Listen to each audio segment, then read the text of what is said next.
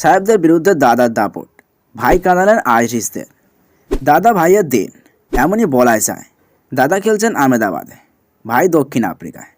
প্রত্যাশা ছিল ইংল্যান্ডের বিরুদ্ধে টেস্ট স্কোয়াডে জায়গা পাবেন সরফরাজ খান, ঘরোয়া ক্রিকেটে ধারাবাহিক পারফর্মার।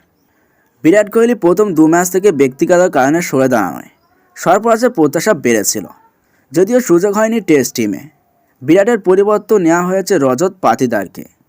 তারই যেন জবাব দিলেন ইংল্যান্ড এ দলের বিরুদ্ধে। অন্যদিকে ব্লুম ফন্টেনে আয়ারল্যান্ডের বোলারদের কাঁদালেন ভাই মশির খান। একদিকে ঘরের মাঠে ব্যাট হাতে তাণ্ডব চালালেন দাদা সরফরাজ খান, অন্যদিকে দক্ষিণ আফ্রিকার মাটিতে যুব বিশ্বকাপে ব্যাট হাতে ঝড় তুললেন ভাই মশির খান।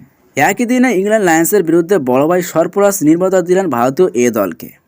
অন্যদিকে ছোট ভাই মশিরের 17 রানের সুবাদে আয়ারল্যান্ডের বিরুদ্ধে 300 টপকে বিরাট ইনিংস গড়ে ভারতের অনূর্ধ্ব 19 ক্রিকেট দল।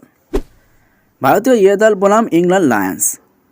আহমেদাবাদে ইংল্যান্ড লায়ন্সের বিরুদ্ধে সিরিজের দ্বিতীয় বেসরকারি টেস্টের প্রথম ইনিংসে 11টি 4 ও 4টি ছক্কার সাহায্যে মাত্র 89 বলে ব্যক্তিগত সেঞ্চুরি পূরণ করেন সরফরাজ খান। তিনি শেষ পর্যন্ত 18টি 4 ও 5টি ছক্কার সাহায্যে 160 বলে 161 রানের দুরন্ত একটি ইনিংস খেলে মাঠ ছাড়েন। ইংল্যান্ড লায়ন্সের 152 রানের জবাবে ভারতীয় এ দল তাদের প্রথম ইনিংসে 493 রান তোলে। অর্থাৎ প্রথম ইনিংসের নিরিখে ভারত 341 রানের বিশাল লিড নেয়। সরফরাজ ছাড়া দাপুটে 17 রান করেন দেবদূত পাটিকর। তিনি 17টি বাউন্ডারির সাহায্যে 126 বলে 105 রান করে সাজ গড়ে ফেরেন। অনূর্ধ্ব 19 ভারতীয় দল বনাম আয়ারল্যান্ড যুব দল। সবার চোখ যখন বড়দের ম্যাচে। অন্যদিকে ভারতীয় যুবরা জ্বালাচ্ছে আগুন বিশ্বকাপে। অনূর্ধ্ব 19 বিশ্বকাপে আয়ারল্যান্ডকে বিধ্বস্ত করল ছোট ভারত। 201 রানে ম্যাচ জিতল উদয় সাহারানের ছেলেরা। বাংলাদেশকে হারিয়ে অনূর্ধ্ব 19 বিশ্বকাপে দৌড় শুরু করেছিল ভারতীয় যুবা দল। বৃহস্পতিবার ও আয়ারল্যান্ডের বিরুদ্ধে ভারতের জয়ের ধারা অব্যাহত থাকলো। ভারত এ দল প্রথমে ব্যাট করে 7 উইকেটে 301 রান করে। জয়ে ব্যাট করতে নেমে আয়ারল্যান্ড শেষ হয়ে যায় মাত্র 100 রানে। টস জিতে ভারতকে এদিন প্রথমে ব্যাট করতে পাঠায় আয়ারল্যান্ড। ভারতের এই জয়ের পেছনে বড় অবদান রয়েছে মশির খানের। তিনি 106 বলে 118 রানের দুর্দান্ত একটি ইনিংস উপহার দেন। 9টি বাউন্ডারি ও 4টি ছক্কায় সাজানো ছিল মশিরের ইনিংস। একসময় ভারতের রান ছিল 2 উইকেটে 80। সেই জায়গা থেকে মশির খান এবং অধিনায়ক উদয় সাহারান ইনিংস গোছানোর কাজ শুরু করেন। উদয় সাহারান 75 রানের একটি দুর্দান্ত ইনিংস খেলেন। খান পরিবারে এদিন খুশির হাওয়া।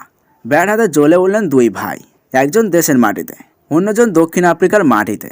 ইংল্যান্ড লায়ন্সের বিরুদ্ধে ভারত এ দলের হয়ে সরফরাজ খান 160 বলে 161 রানের একটি দুর্দান্ত ইনিংস খেলেন। অন্যদিকে এদিন মশির 66 বলে হাফ সেঞ্চুরি করেন। 100 বলে সেঞ্চুরি হাঁকান তিনি। অধিনায়ক উদয় সাহারানের সঙ্গে জুটিতে 156 রান জোড়েন মশির। সাহারান অবশ্য 84 বলে 75 রানের ইনিংস খেলেন।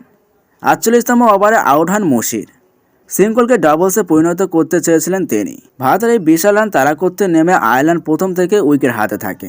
2 অঙ্কের রান করতে হিমশিম খাওয়া অবস্থা আইরিশদের। ভারতীয় বোলারদের মধ্যে নবন তিওয়ারি 4 উইকেট নেন, শাওমি পান্ডে 3 উইকেট নেন। অন্যদিকে আইরিশদের মধ্যে ড্যানিয়েল ফারকিন সর্বোচ্চ 27 অপরাজিত রান করেন।